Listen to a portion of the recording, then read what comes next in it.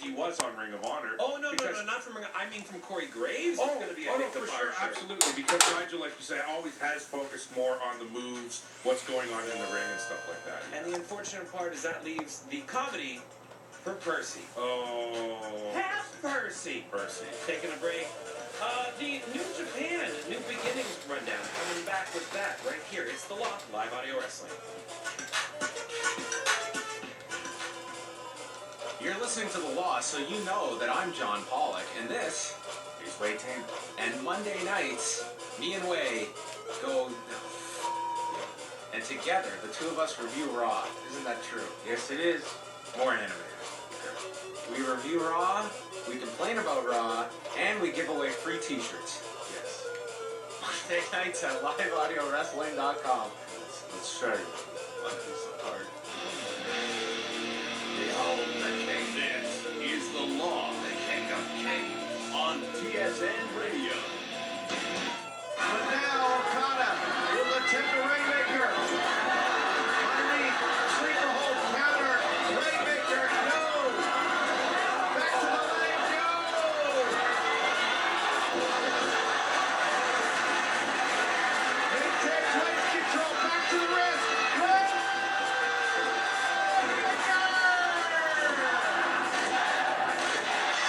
My God, Okada has done it! Unbelievable!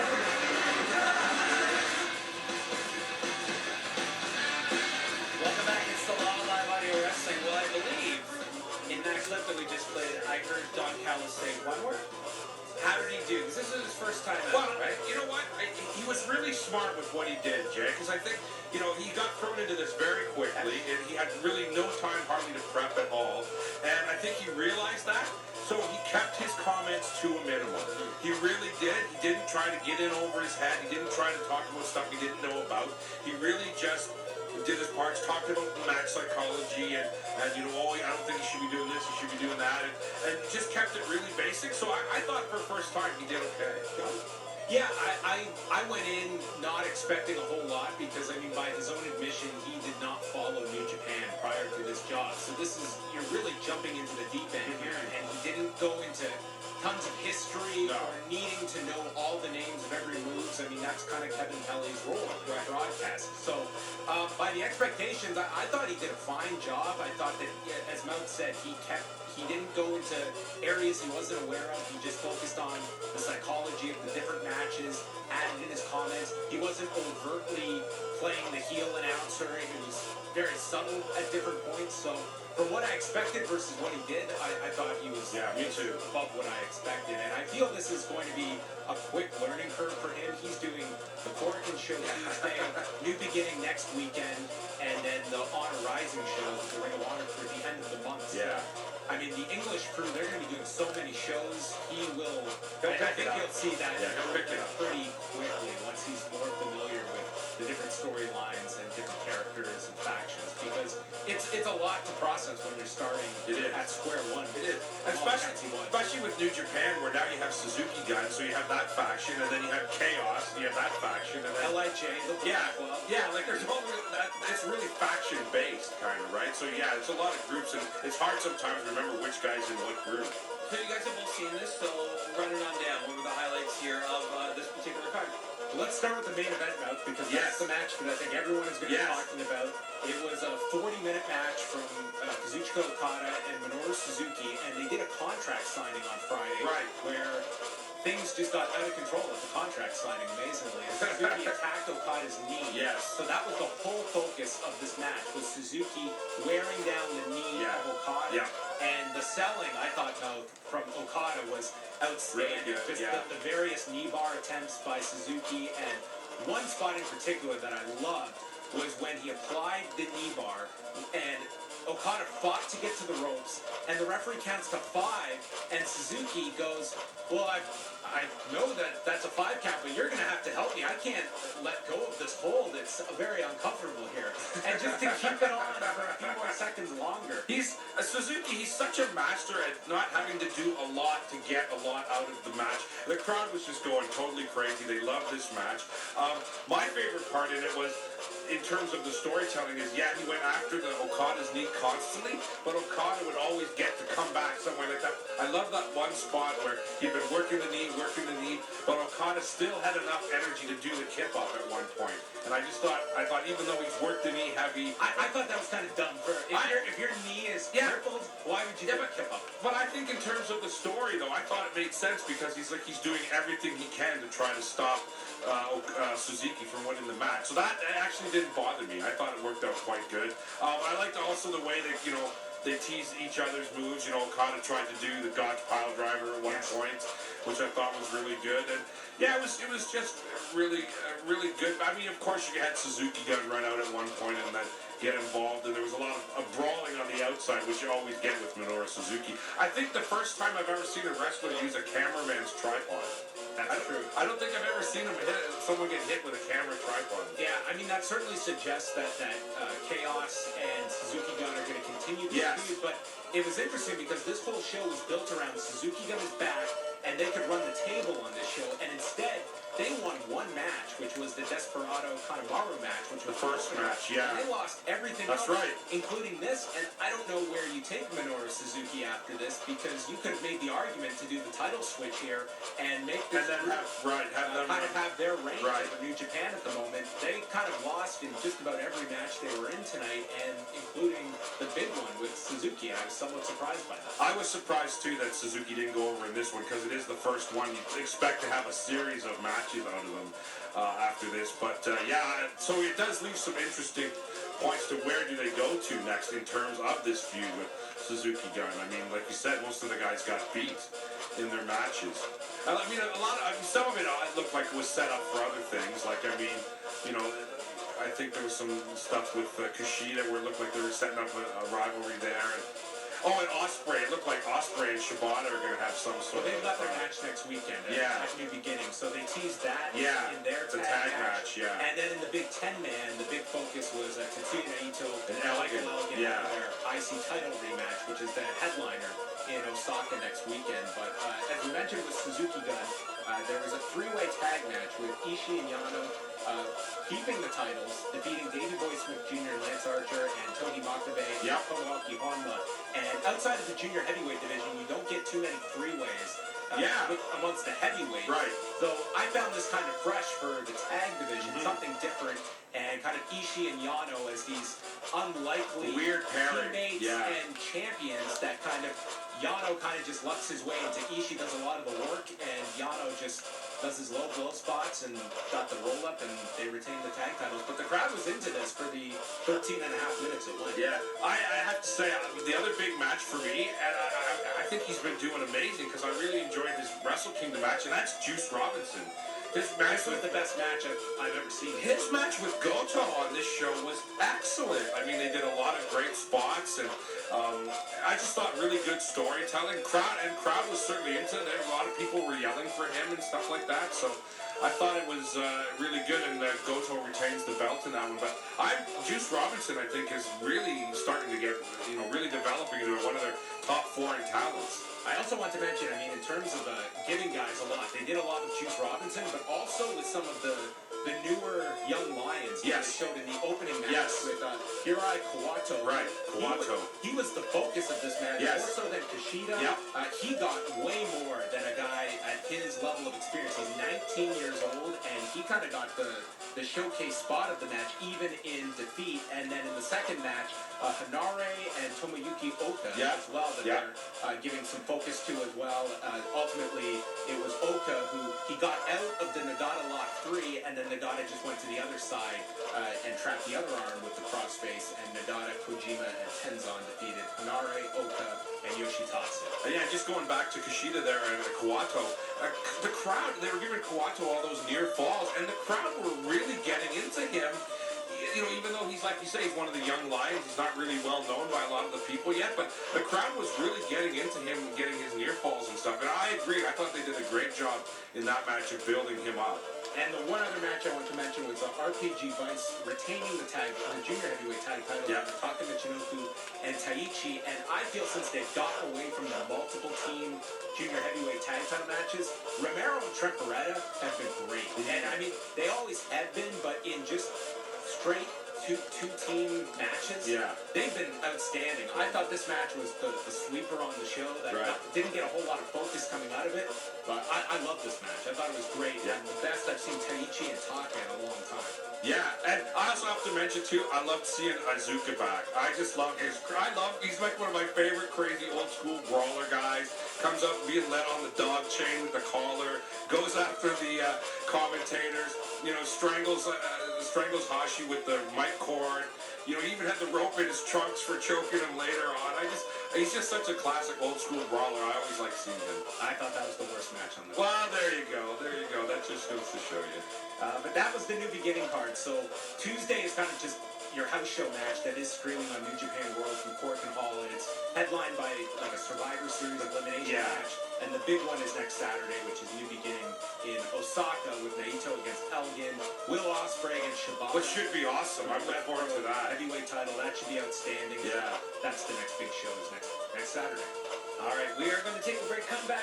We are going to answer your questions. This was tweeted to me this week that this is becoming a joke that we do this final segment and we never actually get to questions. So granted, if you want to put What a a good stop to question it, up there. Exactly. if you want, well, sometimes we do skip over. I went back. I found one from December that someone wrote in. Oh, We okay. got a couple that are up there for So today. is this like a greatest hits tonight? Or? Well, sort of, kind of. There weren't that many to choose from. Okay. Who will win the Royal Rumble? Yeah, that's right. Yeah, it's a lot of them were relevant to that time period and not this one. If you do want to call, the phone lines are still open. You can do so, John Commercial.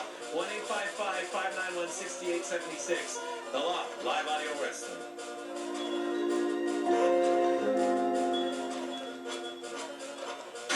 If you like to heckle, taunt, and boo, then you're going to love Two Strikes. Hello, wrestling fans. Jason Agnew here, and the first and third Thursday of every month, I'm the host of the meanest comedy show in Toronto, Two Strikes, where you, the audience, get to eliminate comics one by one till only one remains as the Two Strikes champion. Join me at Comedy Bar, 945 Bloor Street West in Toronto at Ossington Subway. For more information, visit comedybar.ca. Two Strikes. Don't you dare miss it. This is the law. You might not be an A, but you are a B+. On TSN Radio. They got the answers. I change the question.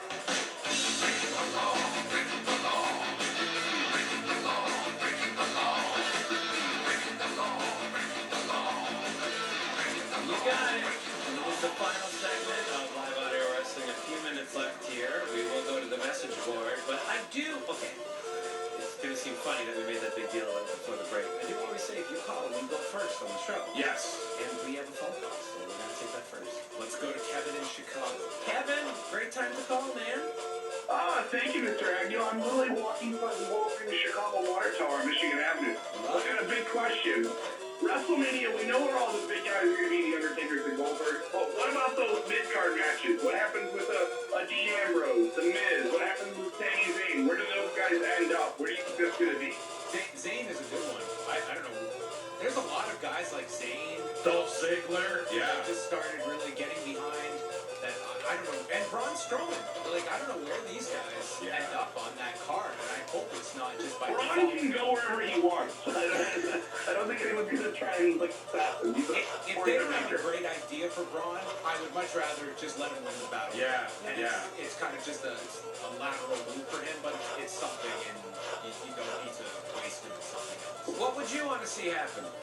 I enjoyed seeing Braun and Sami Zayn before on TV. I thought that was one of the better matches on Raw, like about a month ago or so. I think it was like right after the last pay-per-view before Royal Rumble. And I thought that was a really fun story. It really made Braun look cool. It was just the perfect opposite elements against one another. But I'd also like to see something really neat with Sami Zayn just getting the rub. I mean, he's a great mid-card babyface that they need to get behind. And I just get the feels when it comes out. I feel like a little kid, like rooting for Daniel Bryan. I think that Zayn will be winning the He might get the title next weekend. And not that that means all that much, but if you have, I know you like Zayn versus Braun, but I don't see the culmination of that at Mania, because if you do that, you have to put Zayn over Braun, and I don't think you want Braun to lose No.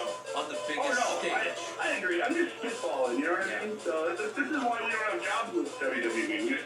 We just call in the radio show. It's like, I want this thing to happen, you know. What are you gonna do? That's what we do. Well, thank you very much for the phone call. Much appreciated. All right, thanks, buddy. Yeah, I mean, I don't know. I think that there's... I think guys like Ziggler and that's totally like, where do you put someone like him? I mean, a talented guy, but I mean, just... Well, there is the Battle Royal. There's also the multi-person match. If they don't give it to the cruiserweight, So right, between all those... guys like Ziggler and that. Yeah, I guess. I mean, I was going to say, you know, put a title up and then do a ladder match, but what title do you I was put gonna up? say, Are both but- brands going to be on it? Yeah, exactly. And you're also What going to you- have a cluster of, as we're seeing on SmackDown right now, a cluster of Tag teams, that yeah, are going to yeah. pop up as well. Yeah, it's too bad they couldn't work out some more programs for some of these guys.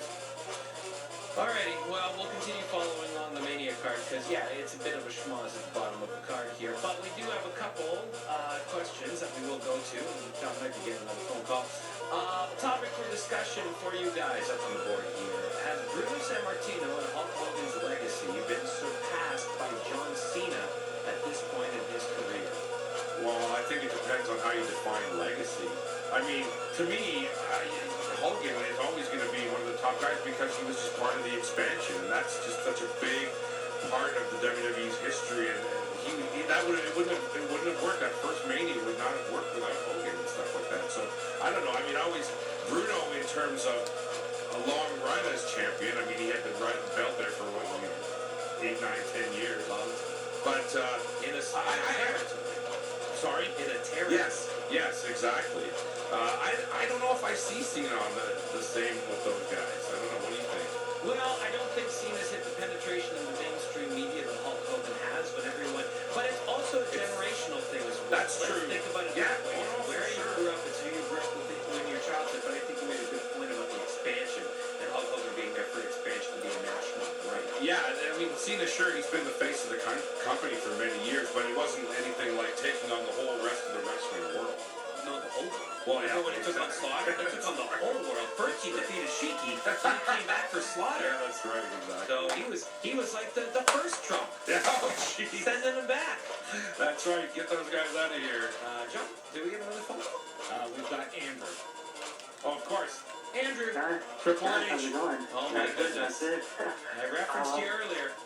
I know, and I want to thank you for that. I appreciate Hey, that. so Andrew, you're a very big Triple H fan. You call him with the show all the time. So listen, Triple H had this program going with Rollins.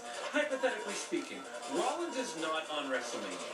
Then where does Triple H fall into place? Is he on that card? Does he find himself a match, or does he sit out, Andrew? Well, I was thinking about that earlier, and I was thinking, wouldn't it be interesting if Samoa Joe turned on Triple H and then those two would go at that Mania? I've heard that. Like Triple H tries to take credit, and then Joe turns on him, and then becomes a babyface. Yeah.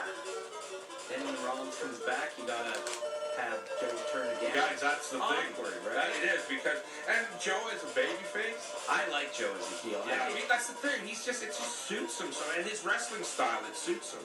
If you remember back to when he started in NXT, he was a babyface, and he was so generic and just kind of floated Doesn't around. really work. Then he turned heel. The passion was there, Yeah. and everyone bought into his mean It's character. like Flair. They're just more comfortable being heels. It works better for who they are and what they do. Anything else, Andrew? That's it. All right. Thanks for the phone call, man. I can't see Triple H sitting out Mania. Well, then he's got to find his balance. A Triple H and Samoa Joe, like, I don't know. It seems rather forced if they were to go that. Triple H and Braun Strowman, John.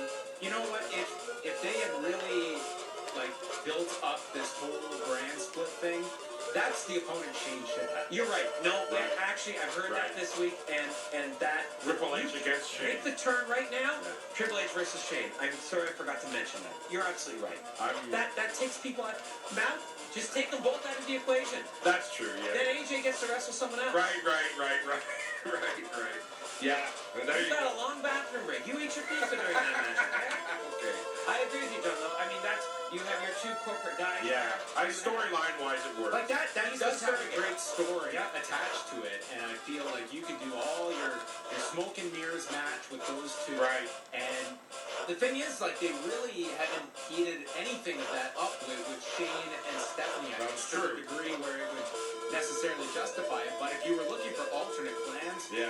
I feel that's a much better story than Shane facing the upset boy AJ Styles. Or There's Triple H no against need Joe. for that. I mean, all their segments, there's nothing hinting in that direction. Right. I mean, you could even have it, and it wouldn't make sense completely with the brands, but it would be for revenge if Triple H and damn Samoa Joe comes in to take out Shane. Rollins comes out, takes out Joe, and Shane gets the pin on Triple H.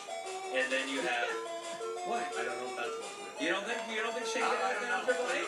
It'd be a fascinating finish. Well, they have. It would be, Actually, in wouldn't a lot it? of the big matches, though, SmackDown has been coming out on top, Well, right? look, The then Royal Rumble. Rollins is blamed for the loss of the brand and goes back and gets a feud both with Triple H and with Joe as he goes back. Yeah, there's options. There certainly are. You don't make it sound like face. No, I'm looking for alternate I don't really want to see Shane in the ring at all, but I think your idea of putting with Triple H is better than anything else you could do with him. I certainly don't want him with AJ. I will hate that. I remember a day when you didn't want Bill Goldberg in the ring, and now you're a super fan. But they booked him properly this They'll book time. Shane properly No, they this won't. time. No, sorry. You know what? I guess the booking is not going to save Shane in my eyes. Goldberg and that, I think it's been handled well. Shane, at least until he dumps that stupid dance when he comes out, it's never going to work for me. Tomorrow night on Raw, we will see what they do with Goldberg. And we will see if Levransky is still happy. Next week, we'll report back on that. Check out liveaudiowrestling.com, @Law Radios on Twitter. All our podcasts are promoted there. So you'll find us there, and we'll talk to you next week at this same time. Don't you dare miss it.